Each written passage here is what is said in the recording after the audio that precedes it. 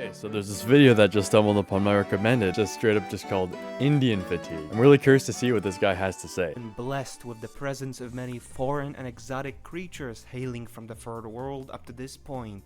I love trading away my rights, culture and wages in return for a magnificent cuisine now being available in a totally not a criminal front ethnic slop shop near me. But the West hasn't been graced by a creature more sweet and this lovely than the Indian.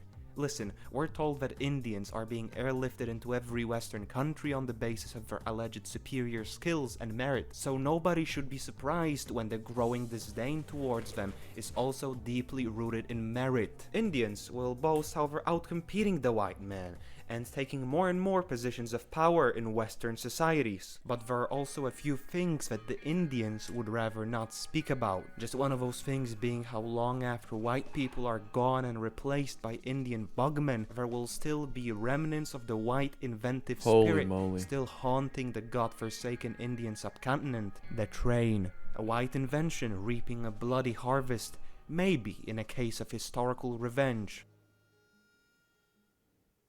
The jig is up. The whole thing that they use to lull my generation and older to sleep, this racial guilt stuff, like you owe somebody something for being white, that's over and done with. Anytime you even open your mouth to do anything that's not derision, you're losing. But when an outsider comes here and starts throwing definitions at you, you're getting called a slur. Wow, that's a lot of, wow. How about this, though? You're Indian. When talking about India and the third world in general, we're told the reason why the Ganges is a steaming pile of garbage is because of socioeconomic factors, poverty, and the inaccessibility of garbage disposal services and such. But when talking about why Indians are being airdropped into the West, no, it's not because of them being cheaper labor, no, we're told it's because they have a better culture and work ethic. So what is it? Socioeconomic factors or culture that decide? You want to see Indian culture? I'll show you Indian culture. They say that you are what you eat, and in this case... What the hell? Wait, that guy was just... Oh, wow. Right, Indians are slop people. Everything they eat resembles some sort of shapeless goo. Even the act of eating itself is shapeless, as many of them don't even use cutlery and use their hands instead. Food on the city train. landscapes Indians create also work towards reinforcing the image of slot maxing. There's this game you can play. Slot Go maxing. on Google Maps, randomly pick any spot in India in Google Street View, and try to find a spot where there's no trash present anywhere in the 360 view of the camera. Newsflash. It's impossible. Now, this isn't a unanimously Indian thing, but how is it they turn every body of water, artificial or natural, into a steaming pile of garbage each time they're allowed next to it for a prolonged period of time? Wow, that's sad. What's confusing is how can they pollute the river Ganges so much if it's a holy river? White people in, for example, England will rally around keeping a small and irrelevant forest creek clean, stocked with fish and free of trash, while the literal Hindu holy river is treated like a garbage dump by everyone. How a nation treats its waterways is a litmus test whether they're an underdeveloped shithole or an, at least formerly, civilized country. And guess what? India has failed it. Have you ever heard of the Indian stare? Well, if you're a white or just foreign non-brown woman in India, you'd instantly know what that entails. Indian Consent men are is a some Western God's concept, wow. rapiest soldiers, and they will just openly grope and harass any woman, even and especially white female Trying to tourists move in the broad hand. daylight right in front of main tourist attractions. You know, from a rational point of view, everything that exists has to have a reason as to why it exists. And you better believe that female-only trains in India have a reason as to why they exist. Hindus will say that I'm just seething about white women dating so many of them because of their superior totally Aryan genes and their dominant and athletic 5'5" stature, which, hate to break it to you, but Indians actually... Let's see this. Holy crap. Reply rate by race. White male. Asian male. Black female. Native, other, white female. Oh wow, that's brutal. That's some brutal stuff, man. Brutal stuff. Are consistently rated as the least attractive race by white women, and especially undesirable as rated by Indian women. God, imagine what they have to go through back in India to dislike their own men so much. Also, did everyone just forget how India faked a moon landing like a year ago and everyone just went along with it? It really is a testament to how obsessed with empty performative ritualism the Indian mind truly is. They Here's faked the moon thing. landing? The Indian mind, however not a place you want to go to, is our next Scam lobe, cope lobe, poo stem. Holy moly. stop. Here's a truth bomb. No Indian actually wants to be Indian. If given the opportunity to choose their race and culture, every Indian would choose to be 6'3" Hallstatt Norded and Swedish, while most of them are 5'6", skinny fat, and have that future mass grave occupant phenotype. That's why Indians try to trace back their lineage to Aryans so bad. And listen, I'm not saying that one phenotype or race is better than the other, because that would be incompatible with liberal programming and my brain just wouldn't allow for it. But come on, one of these phenotypes is objectively and plainly more enviable than the other. Let me put it this way, nobody would ever want to be Indian. Indians are a weirdly proud people, despite there not being much to be proud of in the first place. They all champion this third world nationalism, this blood connection with their people, identity and soil, and yet they flee their country. It's truly interesting how people from third world shitholes feel entitled to proclaim their pride and identity with their home country, but once they actually have to live there and breathe the same stench that is produced by their fellow countrymen, they suddenly don't feel so proud anymore. Why do we live in a world where the most civilized places are full of self-loathing liberal types, while the ugliest shitholes are overflowing with die-hard nationalists? But let's not jump the gun just yet, because Rajindihar from Brampton, Ontario really wants to make a point that Indians are outcompeting the white man intellectually, and that's why you're seeing them occupy more and more of the Western workforce, that the Indian is simply smarter, has got a better work ethic, and is more productive than the decadent white. First of all, the Indian men are outcompeting the white man in what? Well, you gotta give it to them that they actually are on average 24% more efficient in writing compilable code than Americans. But there's a hidden lesson in this little factoid in that I just made that up and it's the other way around. You wanna win big? Always bet on Indians underperforming in everything. Everything but causing insurmountable chaos and death on public roads.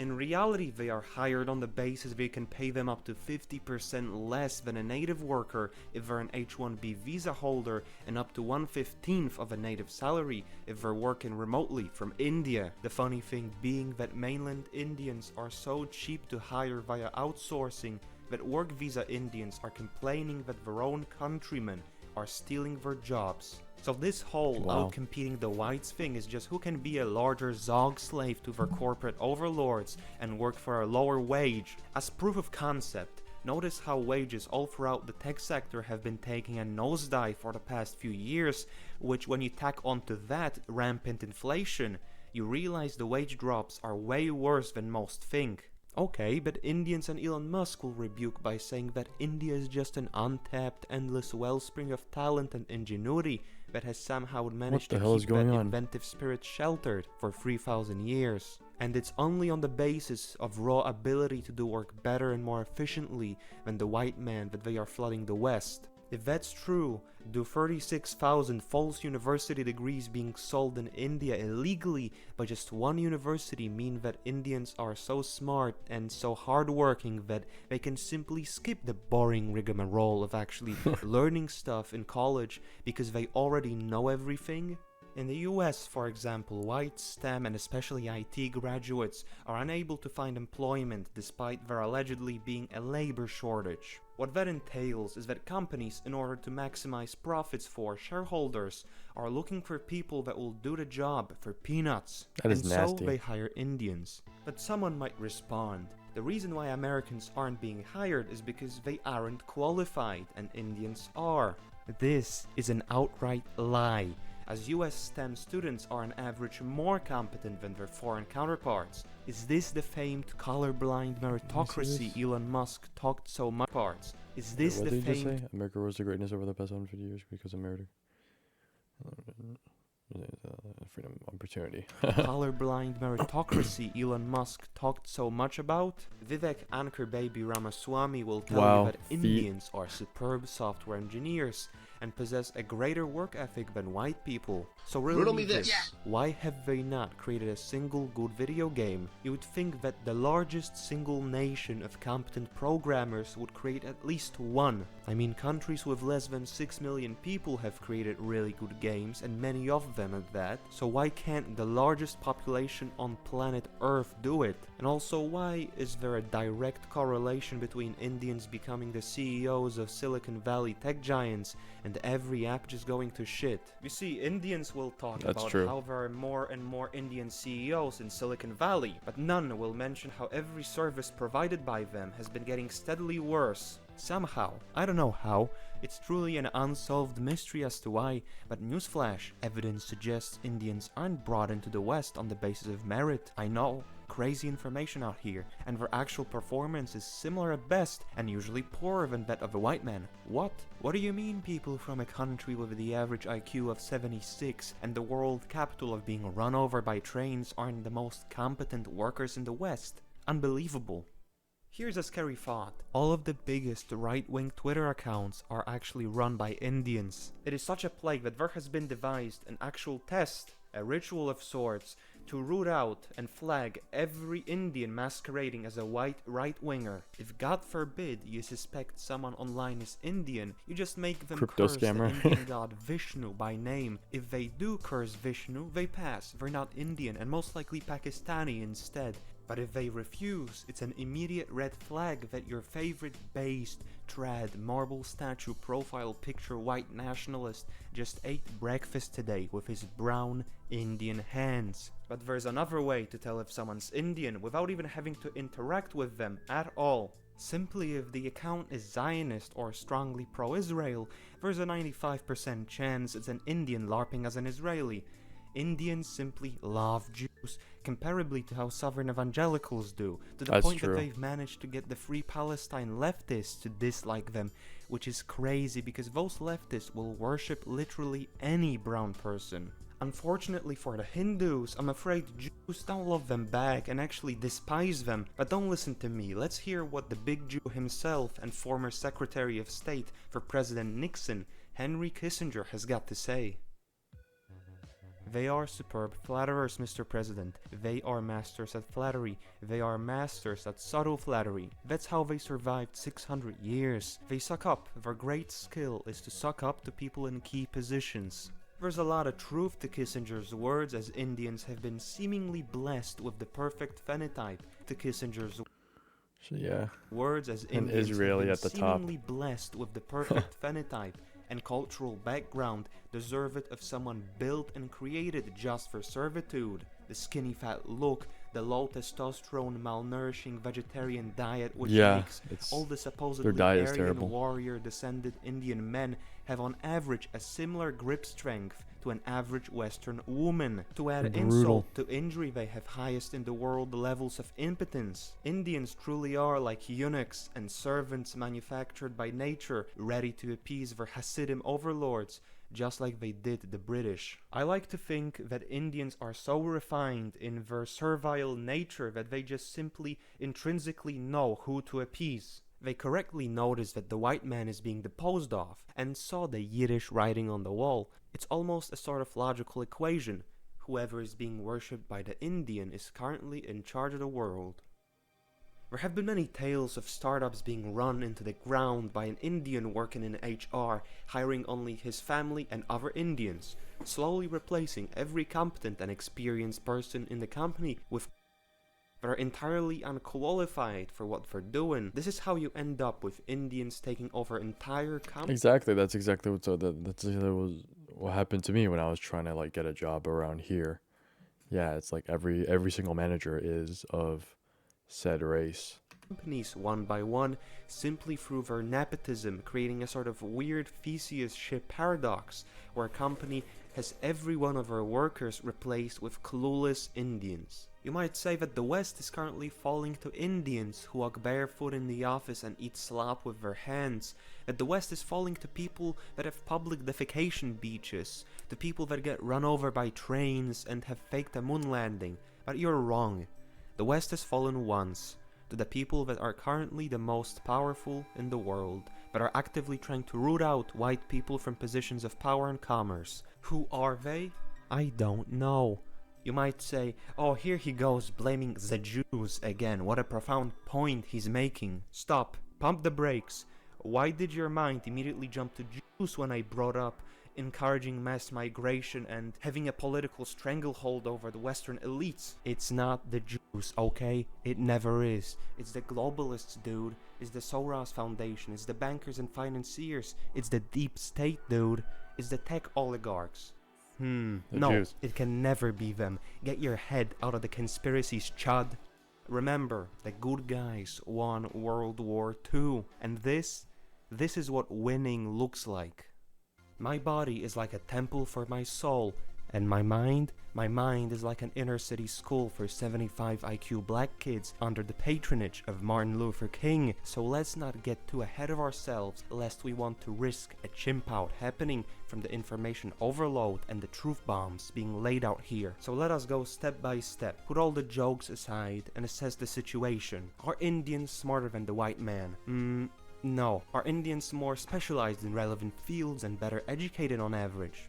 Nope. Are they really coming to steal our women? Highly doubtful. No. And finally, are they more nepotistic and don't align with the blessed colorblind meritocracy? This one, yeah. Machiavelli wrote how one of the most effective ways to keep yourself in charge as a ruler is to create an aristocracy from scratch that owes their high position in society and wealth to your goodwill. Basically, slowly, bit by bit, replace the old noblemen with new aspiring ones by setting up the new ones with disproportionately more opportunities for growth and amassing wealth.